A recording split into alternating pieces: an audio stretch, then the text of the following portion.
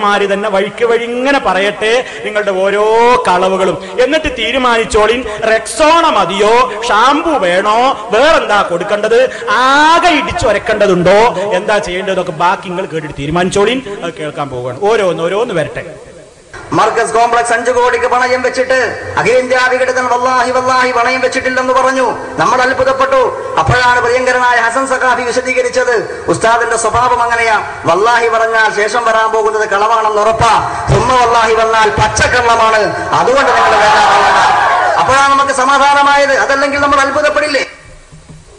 സമയത്ത് ഇത് പണയപ്പെടുത്തി എന്ന് എന്നോട് പറഞ്ഞത് ഒന്ന് എ പി അബൂബക്കർ മൗലവി തന്നെയാണ്. അയാൾ തന്നെയാണ് പറഞ്ഞത് പണയപ്പെടുത്തി എന്ന് പറഞ്ഞത്.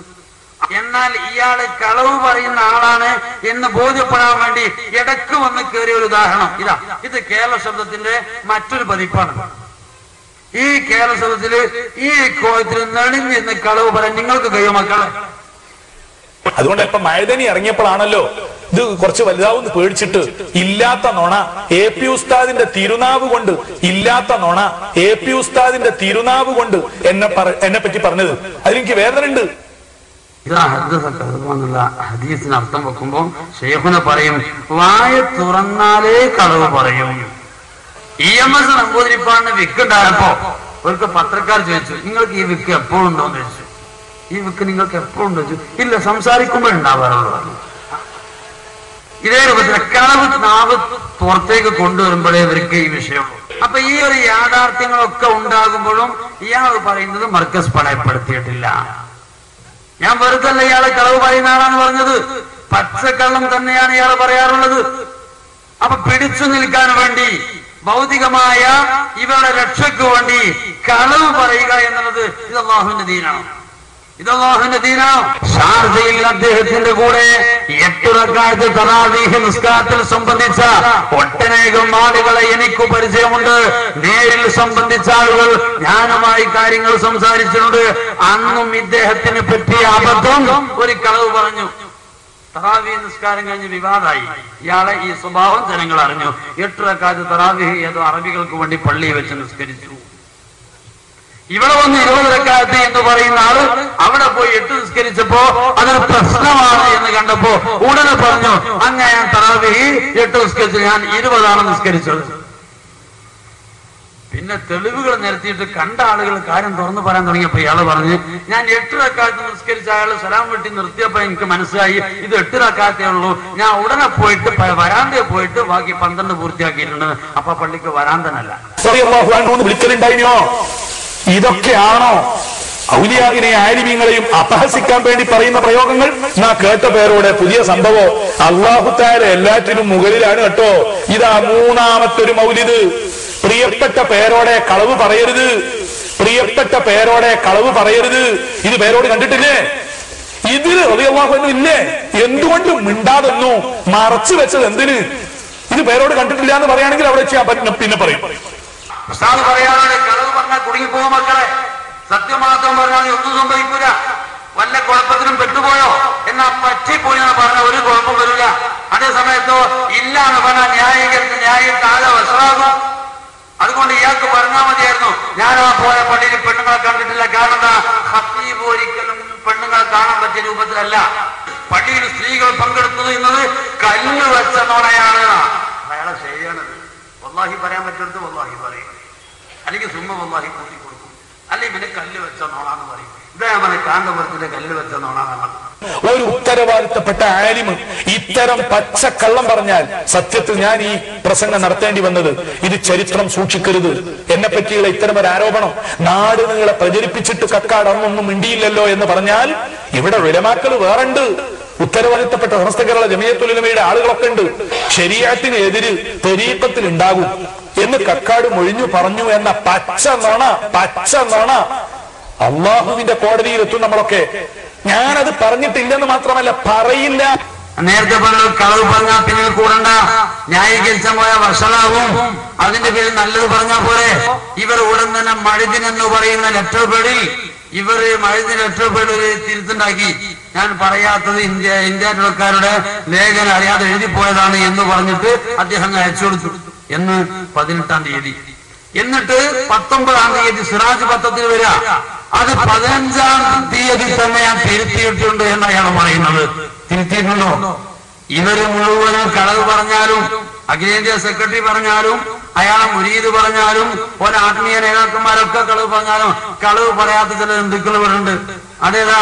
മാംസബുക്കും സസ്യബുക്കും എന്നല്ല, നമ്മുടെ ഫാക്സ് മെഷീൻ. ഫാക്സ് മെഷീൻ സത്യം പറയാലോ.